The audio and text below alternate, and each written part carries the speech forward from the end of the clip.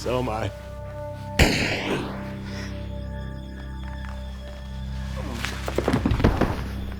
Come with me into the very cradle of darkness, where those who dwell alone.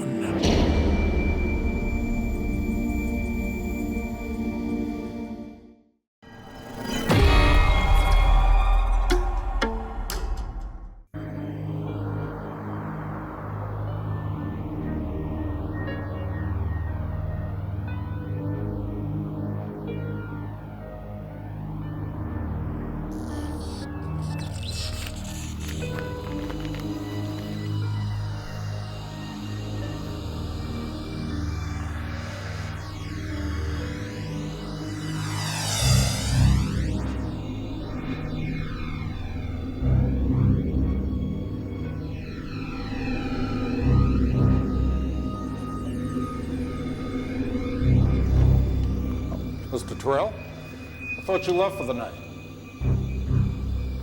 Sir, what's wrong? Are you all right? Follow me. I'll show you where I hid her body. Sir, I don't understand.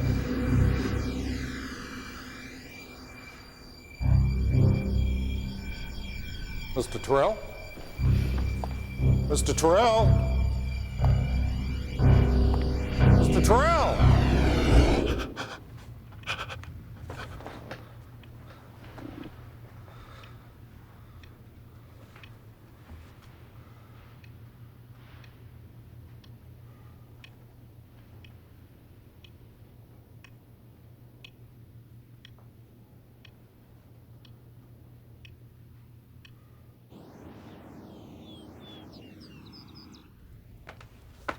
Morning, sweetheart. Brian, you look exhausted. What time did you stop working last night? Later than I should have, as usual. Had to finalize the plans on the fundraiser. So what else is new? I'm afraid you married a workaholic, darling. But honey, that's what I love about you. I mean, how many women share their lives with a CEO who makes time for every charity in town? Cynthia, something happened last night. Something I can't explain. I was sitting at my desk writing a proposal. And suddenly, everything just stopped. Stopped? I don't understand. Neither do I. All I know is one moment I was working, then everything went black. Oh, honey, I told you to stop pushing yourself so hard. I'm gonna call Dr. Elliott right now. No, I don't have time for that. Whatever it was, I'm sure it won't happen again. Look, excuse me, I hope I'm not interrupting. Your maid let me in. Detective Block, 7th Precinct. If you don't mind, Mr. Terrell, I'd like to ask you a few questions. About what? Woman named Marlene Goodwin? Who? Receptionist at your corporate headquarters?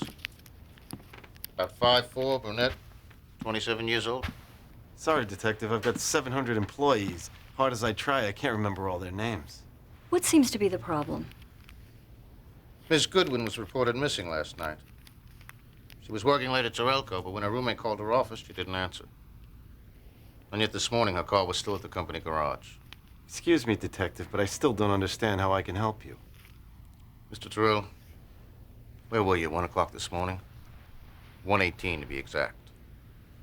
Well, he was with me, of course. I mean, where else would he be? Well, according to the security guard, you showed up at your company headquarters. That's impossible. I never left this house all night. We've got a sworn statement from the guard. He claims not only were you there, but you mentioned something about a hidden body. A woman's body. All the crazy, absurd. Honey, please. Look, I've got several very expensive security monitors on that floor. If you play back the surveillance tapes, you'll believe me when I tell you that I was nowhere near that building. Well, thanks for your time. I'm sure we'll find a logical explanation for this. After all, how could a person be in two places at once?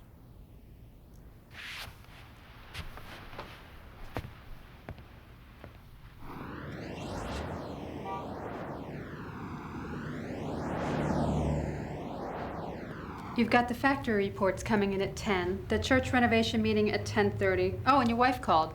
Said she's adding Councilman Swain to the guest list this weekend. And Frank Bluthorn called from the West Side office. He cleared his schedule for the 11 o'clock conference call you asked for. Conference call? What conference call? He said it was concerning the emergency audit. Is he out of his mind? Who authorized an audit? According to Mr. Bluthorn, you did. He said you called him in the middle of the night. The hell I did. You get Bluthorn on the phone right now. I'm sorry, but I'm afraid he's in a breakfast meeting. I don't care where he is. Just keep calling till you get him. Yes, sir.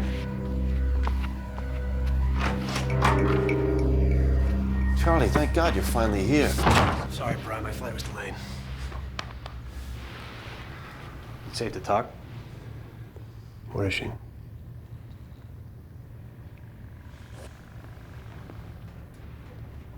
No. Don't open it. Brian, you can't just leave her here. Don't you think I know that? Why do you think I called you? Let your kid brother clean this up for you. I know how to handle these things. Marlene was always high-strung. When I told her it was over, she got hysterical, threatened to ruin my marriage, my life. I just lost my head. It's okay, Brian. Come by tonight, and I'll take care of it. How? Yeah, you don't want to know. I'm not going to let you lose everything you work for over one mistake. You're a decent man, Brian. You're as decent as they come. I'm scared, Charlie.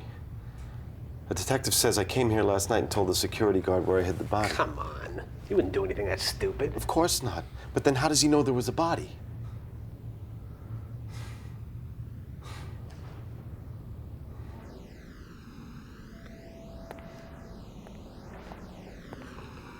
What's with the static? Beats me. The minute he showed up, the thing went haywire. Pretty convenient. Just when you claim you saw 𝙬𝙤. Look, I've been working here for 19 years. Think I don't know what the guy looks like? I want to see the rest of yesterday's tapes.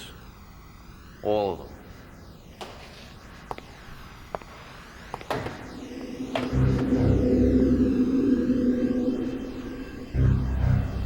I have something to tell you.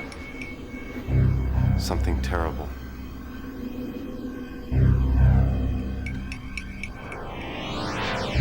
And since Mr. Tyrell brought this matter to my attention, several anomalies in the contribution figures have already surfaced. I have to hand it to you, Brian. If it wasn't for your call in the middle of the night, it's likely these discrepancies would have gone completely unnoticed. So how about it, Brian? Any idea about what's going on here? Mr. Tyrell, are you okay? 𝙬𝙤?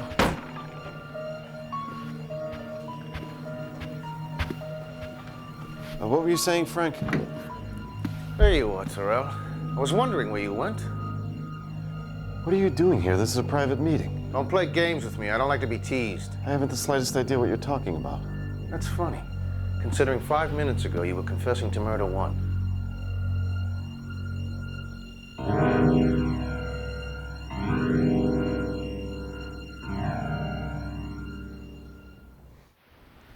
But, sir, he came right up to me, confessed to my face. Yes, sir, I understand, but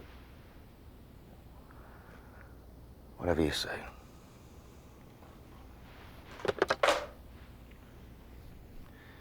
You're a lucky man, 𝙬𝙤. Or maybe just powerful enough to dodge a bullet, for the time being. Luck had nothing to do with it, Block. I had a room full of witnesses to vouch for my being here. I don't give a damn what your flunkies say. You confessed to me. This is insane. This is totally insane. You can tell that to a jury before they sentence you. In the meantime, I'm gonna get a warrant and search every inch of this building till I find out where you stashed the body. I'm telling you, Block. I never set foot out of this room.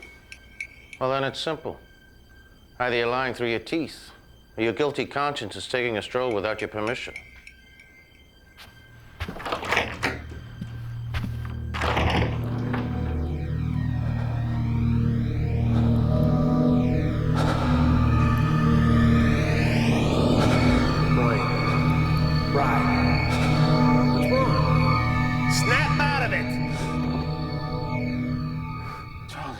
Welcome back. I thought I lost you there for a second.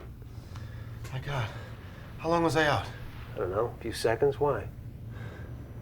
That cop was right. That's when it's happening. All these blackouts. Bri, what are you jabbering about? Charlie, do you believe a man's conscience could be so burdened with guilt that it could actually take on a life of its own? I believe that you're under a lot of stress. Once we get that body out of there. Charlie, don't you get it? Every time I black out, I'm confessing my sins to someone. And not just about Marlene. I even told the Westside CFO to audit my books. They're going to find out everything. Everything about what, Bri? I did a little ballet with the books. Embezzled?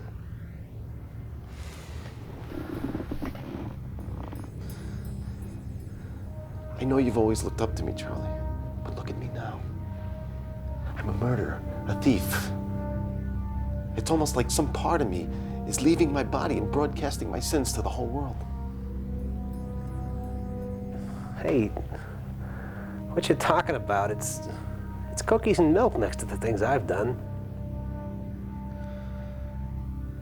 Just for the record, I never stopped looking up to you.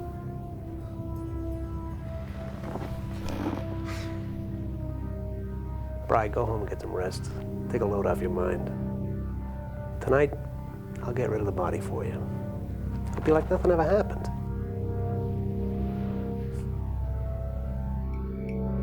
Hello, you've reached the Terrell residence.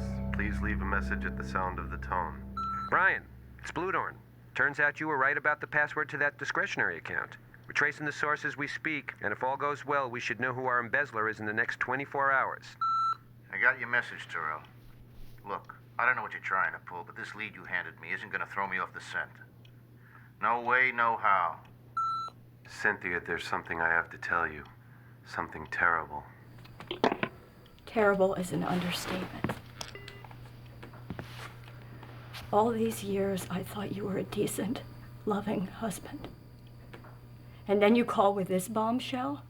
What bombshell? What did I say? 20 years you live with a man, and you think you know him, really know him. And then one day you find out you never really knew him at all. Damn it, Cynthia, what did I tell you? Confessing to the world that you're an adulterer may make you feel better, but it's doing nothing for me. Is that all I said? You mean there's more? Cynthia. I don't want to hear it. Your maid let me in again. She's very accommodating, just like her employer. What are you doing here, Block? I thought I told you. Oh, you told me, all right. You came in loud and clear over the phone. Despite my doubts, it turns out you were right on the money about your brother. Charlie? What's this about, Brian? What's he talking about? Well, thanks to your husband, we just arrested Charles Terrell and two of his cohorts burying Marlene Goodwin's body at a construction site on Roomont Place.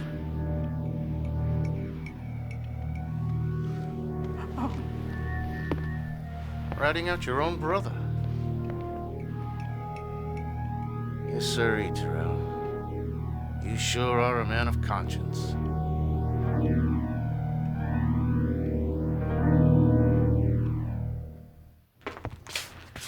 I just got off the phone with my lawyer. He's doing everything he can to bail you out. Charlie, if I knew it was going to turn out like this. Look, I'm the one who blew it, Bri.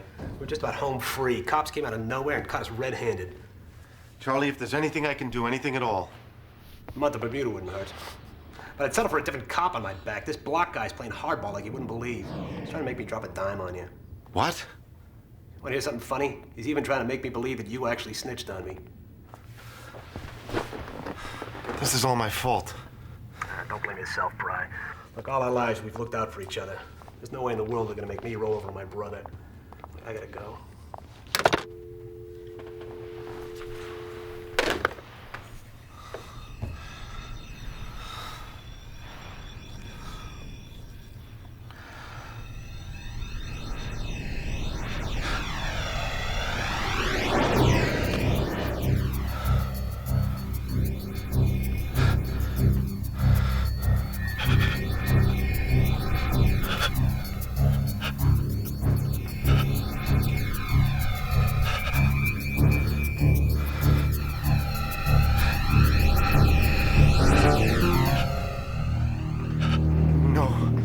please, no.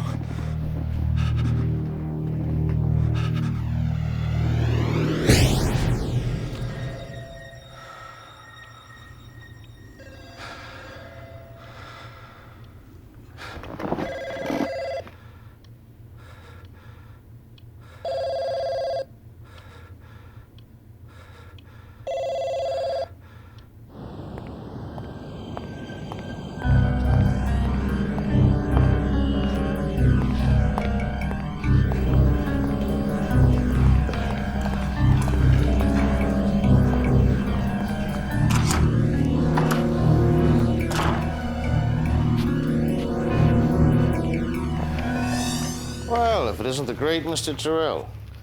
Loving husband, civic leader, not to mention embezzler of charity funds. What? Seems you did some confessing again last night.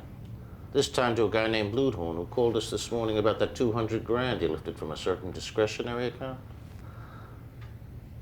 Look, let's cut to the chase. We're willing to make a deal. We'll even drop the grand theft charges. All you have to do is confess to that murder you pinned on your brother. Get out. Get out of my office. Do yourself a favor. That walking conscience of yours is crying out for absolution. I said get out. It's over, Terrell. There's nowhere to run. No matter where you go, that little voice inside you will never shut up. It's up to you, Terrell. My offer expires this afternoon.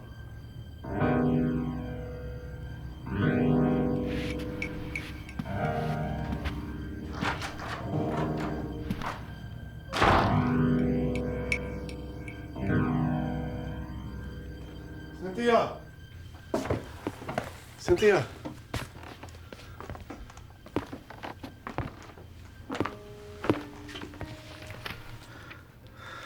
Thank you for telling me everything.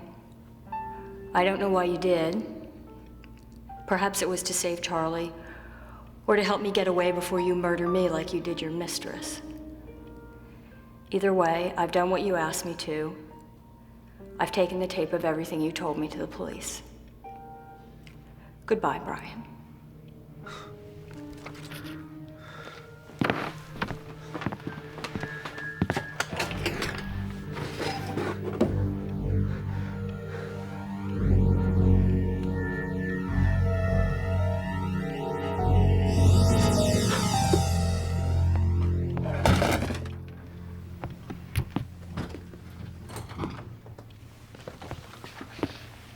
Charlie.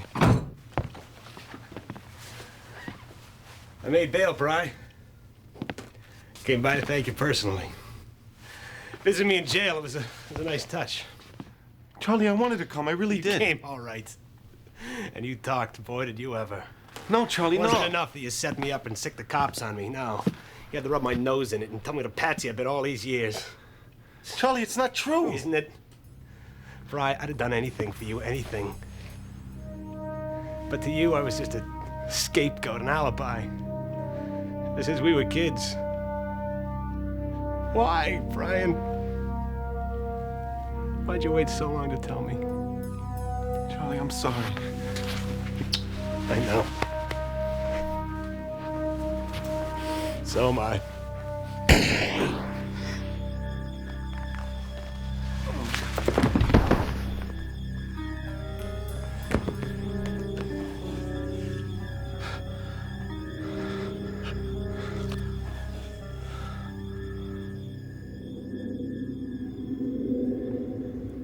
Thank you.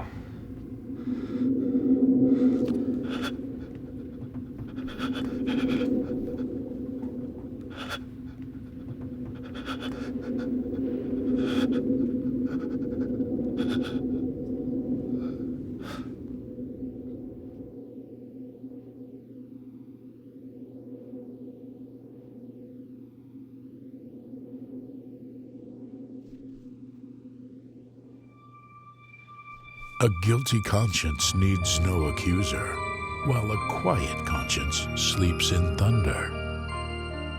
For Brian Tyrell, the question of conscience has finally been put to rest.